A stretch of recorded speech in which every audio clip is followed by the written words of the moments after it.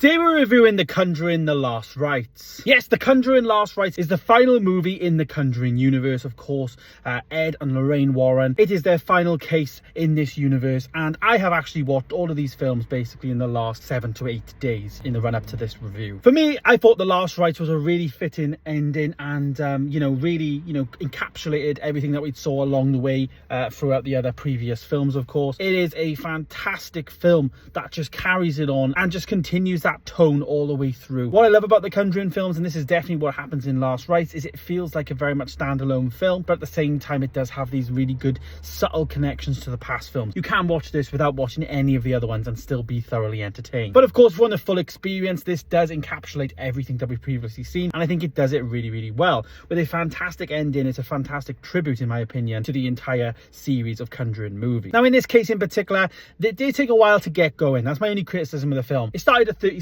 minutes past 7, and at 8:50 was when they actually went to the house and actually seen the case. So it took over an hour for them to actually deliberate, do they even want to go to see this case? Which I think adds to the runtime in terms of it being over 2 hours. That's probably my criticism with it, is it needed to be a little bit shorter. They probably definitely could have thinned out that first hour, made it at least 50 to 45 minutes, cut off that like 20 odd minutes or 30 minutes, and just made it a bit more, easy to get across. I think the beginning of it sets a lot of the tone. There is some important things in there with Judy, their daughter, and like understanding that story, and also her like new relationship with her boyfriend and stuff like that. So there was some things that was definitely needed, but it did not need to take an hour and 10 minutes to get into the actual property, because at the end of the day, we're there to see Ed and Lorraine Warren actually fix the problem, be there with the family, which is what I love about the first movie. We didn't get enough of that. It just felt a bit rushed when it came to the actual case thing, but the actual case was fantastic. The story was good, the sets were amazing, the practical effects were great as well, and even the visual effects I thought were really good. Seeing the film in super screen as well in Cineworld was brilliant, and obviously a different experience to any of the other ones I've watched, because all of the other ones I've watched at home.